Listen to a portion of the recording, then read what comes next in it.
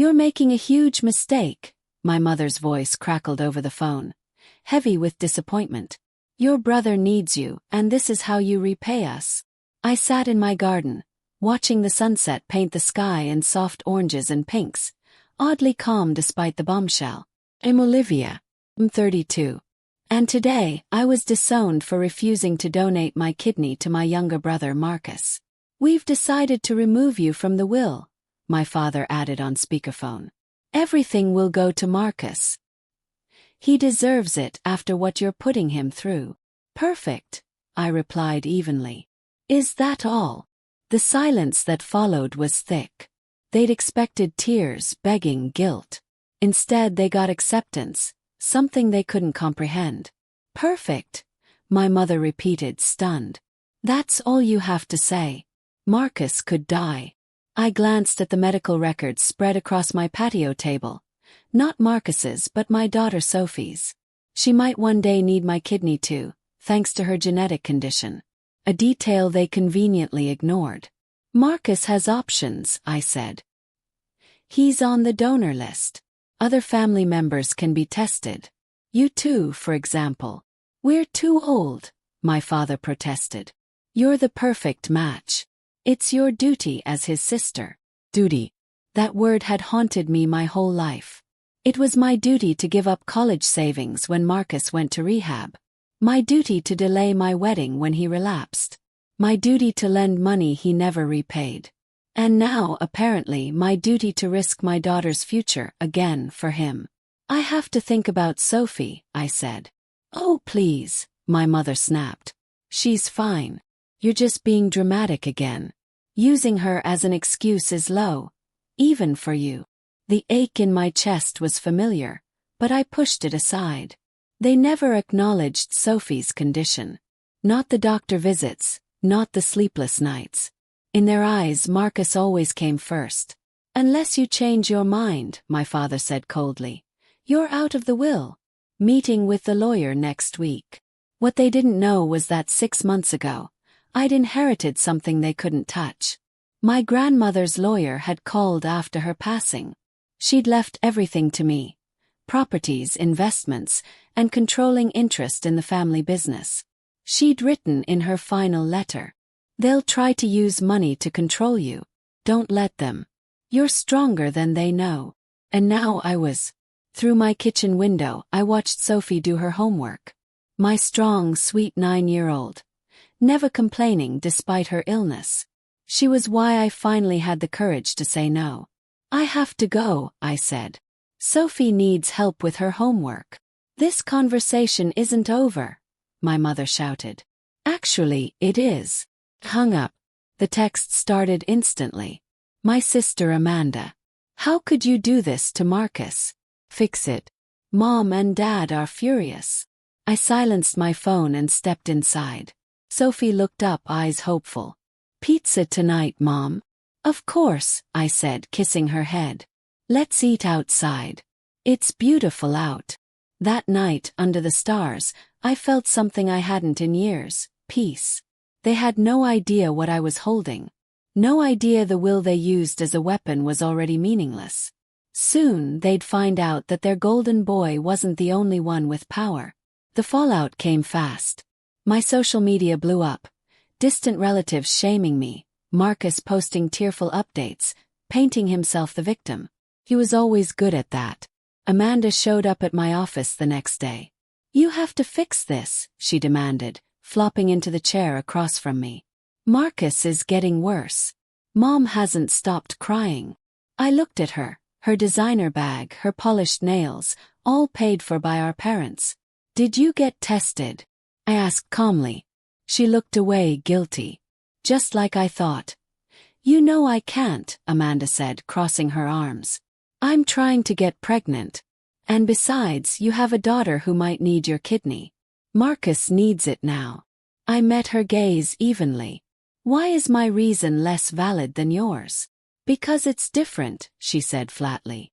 Sophie might never need it. I pulled a thick file from my desk drawer and slid it toward her. Then read this. Actually read it, Amanda. Not the quick, dismissive glance Mom and Dad always give it. She hesitated but opened it. I watched her face shift as she read through Sophie's records. Doctor reports, genetic projections, potential complications. The arrogance drained from her expression, replaced by something unfamiliar. Doubt. I didn't know it was this serious, she murmured. No one ever bothers to know, I said quietly. Just like no one ever asks why Marcus needs a kidney in the first place. She didn't respond, but we both knew the answer. Years of addiction had shredded his body. Still, our parents had always shielded him, made excuses, blamed others, or tossed money at the problem. Mom and Dad are meeting with their lawyer tomorrow, Amanda said, changing the subject. They're really going through with it. You're being cut out of the will. I almost laughed. They can do whatever they want with their personal assets. But they might want to hold off on making any big decisions. Her brows furrowed. What does that mean? They'll find out soon enough. After Amanda left, I called Sophie's school. The nurse told me it had been a good day. No complications. Relief and worry, always side by side, washed over me. I lived in that space now. Text pinged on my phone. Marcus, hope you're happy. Mom's a mess. I always knew you were jealous of me.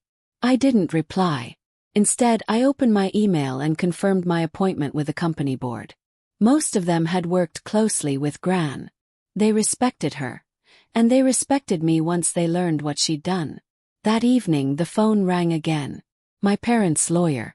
Olivia, your parents would like me to send over documents for you to sign, formally relinquishing your claim to family assets.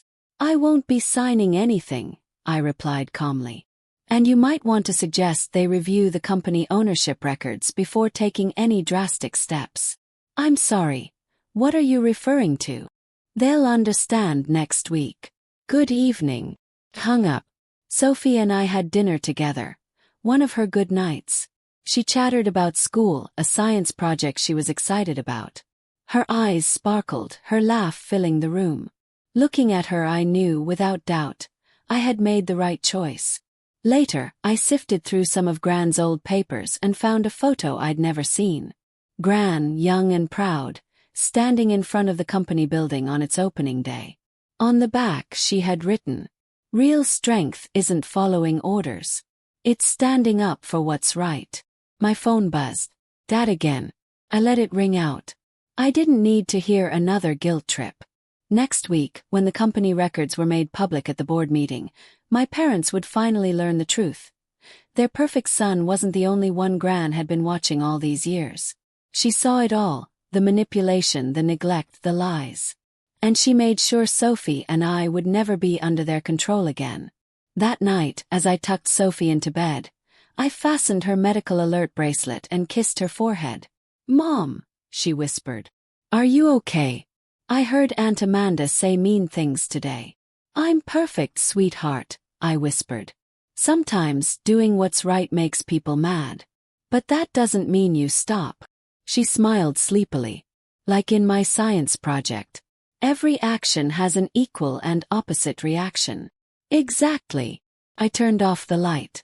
"And some reactions are long overdue." The day of the board meeting arrived with a thunderstorm. Fitting. I arrived early, watching from the conference room windows as board members filed in, one by one, followed by my parents, pale and tense. They'd seen the preliminary documents yesterday, the first crack in their illusion of control, and they knew something was very, very wrong. Mom's carefully curated composure was unraveling. Her hands trembled in her lap, and Dad's face had turned that familiar shade of purple, the color of control slipping from his grasp. Marcus wasn't there, of course. He was likely at home, still expecting the world to orbit around his needs. Amanda hovered near the door, eyes darting between me and our parents. She'd been calling non-stop since yesterday. I ignored everyone. I took my seat at the head of the table, the seat Gran once held with quiet authority. "Let's begin." Dad stood abruptly. "This is ridiculous. These documents are forged. There's no way your grandmother would." "Would what, Dad?" I interrupted. "See through the manipulation. Choose to protect Sophie and me from your control. Their outrage collided with silence as I laid a folder on the table and began distributing its contents. Gran's records, her own meticulous documentation. Every instance Marcus's addiction was covered up using company funds. Every time my parents diverted resources for personal gain. Every medical report about Sophie they dismissed. Gran saw everything, I said steady. She watched as you enabled Marcus, ignored Sophie's condition, and used money to manipulate me. She kept records. So did the board. I watched their faces pale as they read. You planned this, Mom whispered. You knew about the inheritance when we threatened to cut you off. Yes, I said simply. Now you understand why your threats didn't matter. The board members sat silent, but alert. Many of them had long questioned my parents' decisions. Gran's shares had once protected them. Now those shares belong to me. As of today, I continued, we're implementing strict oversight. No more company funds used for personal emergencies. No more covering for Marcus. This company will run as Gran intended, ethically, professionally, and with integrity. Dad's voice rose again. You can't do this to your brother. I'm not doing anything to him, I replied.